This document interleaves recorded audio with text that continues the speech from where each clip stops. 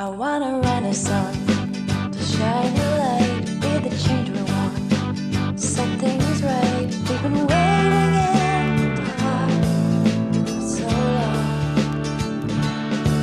I want awakening in my heart, hear the angels sing, the shiny spark. We've been sleeping in the dark for so long, but I believe. Retirada inmediata del proyecto de ley de reforma de la Ley Orgánica del Poder Judicial, puesto que perjudica la calidad de la justicia. Nuestra oposición a la ley de tasas en el sentido que consideramos que son desproporcionadas y que no guardan relación con lo que debe ser el acceso del ciudadano a la administración de justicia.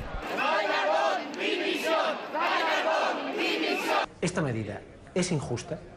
Esta medida es absolutamente injusta y limita un derecho fundamental. El Gobierno hasta ahora solamente se había atrevido a vender como objetos de consumo los derechos sociales, la educación, la sanidad, la vivienda, el trabajo, pero ahora se ha atrevido también con un derecho fundamental, que son los derechos que están especialmente protegidos en nuestra Constitución y en nuestro ordenamiento jurídico, y está desobedeciendo por completo el mandato constitucional de garantizar el acceso a todos los ciudadanos a estos servicios esenciales, ¿no?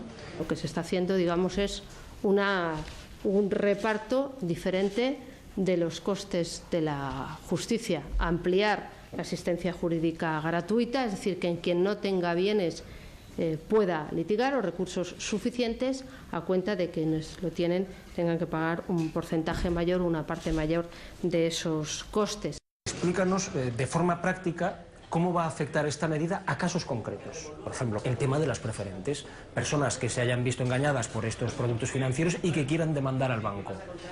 Por ejemplo, pongamos una cantidad, 180.000 euros que yo tenía ahorrados y el banco me los ha metido en preferentes, me ha engañado y yo pues los demando. ¿Cuánto me costaría poner en marcha ese procedimiento?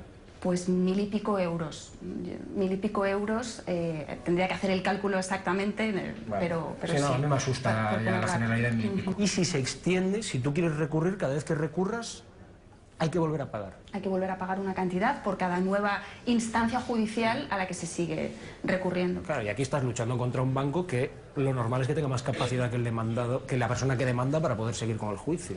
Y no solamente eso, sino que además se produce la situación de desventaja de tratamiento en la ley, por la cual las empresas pueden desgravarse de sus obligaciones tributarias, las tasas judiciales, consecuencia que no está prevista para la ciudadanía en general.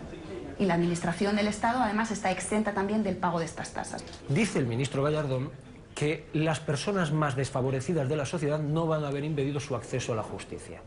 ¿Esto es cierto o no es cierto? Bueno, esto no es cierto en absoluto, porque para ser beneficiario de la justicia gratuita hay que tener unos ingresos mensuales inferiores a los 1.100 euros por unidad familiar.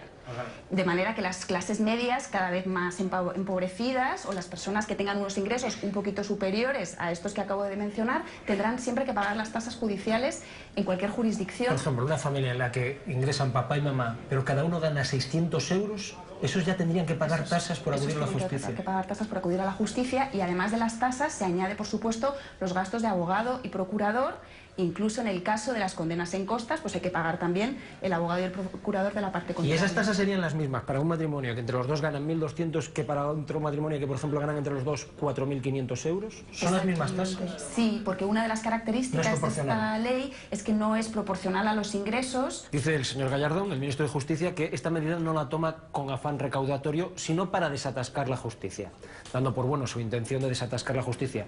¿No hay otras formas de desatascarla? Esa es la excusa, pero la realidad es que lo que están haciendo es que la justicia sea solamente un bien de consumo asumible o asequible para las personas que tienen muchos recursos, porque cada vez es más caro litigar. Creemos que esto es una cuestión organizativa. Hay que invertir en recursos informáticos para la justicia, que están absolutamente obsoletos. Estás pidiendo invertir en estos tiempos, eso es complicado. Exactamente, pero es una inversión que creo que a largo plazo merecería la pena, porque se estaría invirtiendo en tener un país con una democracia sólida y seria, que resuelva los problemas de la ineficiencia o del atasco en la justicia sin limitar derechos fundamentales, ¿no? Vosotros dentro de la profesión, si os dicen todo esto hace un par de años, si os dicen dentro de 2 años va a venir un ministro que va a imponer todas estas tasas de las que estamos hablando, ¿qué hubieses dicho?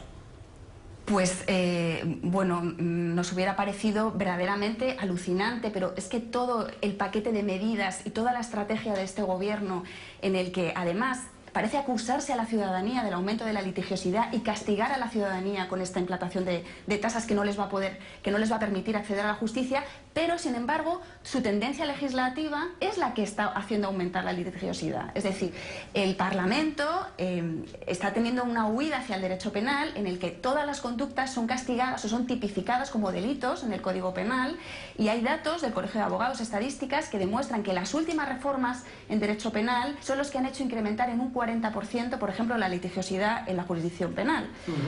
Y en el caso de los, llamámosle, procesos largos, por ejemplo, no sé si recuerdas el de Antonio Meño, este chico que se hizo una operación de cirugía estética en la nariz y acabó en coma durante prácticamente 20 años, su familia estuvo pues en la justicia, casi llegó al Tribunal Supremo, pero bueno, hubo un arreglo previo. ¿Cuánto le hubiese costado, con la actual ley de tasas, todo este procedimiento a la familia? Bueno, pues desconozco los datos concretos de ese procedimiento judicial, pero otro procedimiento que podría ser parecido por sus características es el caso, por ejemplo, que fue real, de unos padres que reclamaron por una negligencia en un hospital público al Estado una indemnización. Su hija había tenido un parto en el que se produjeron unas negligencias y tuvo unos daños cerebrales y reclamaban una indemnización de unos 600.000 euros. Bueno, pues este procedimiento, con la actual ley de tasas, con 3 instancias judiciales, o sea, con 3 recursos sucesivos, habría costado la cantidad de 11.300 euros.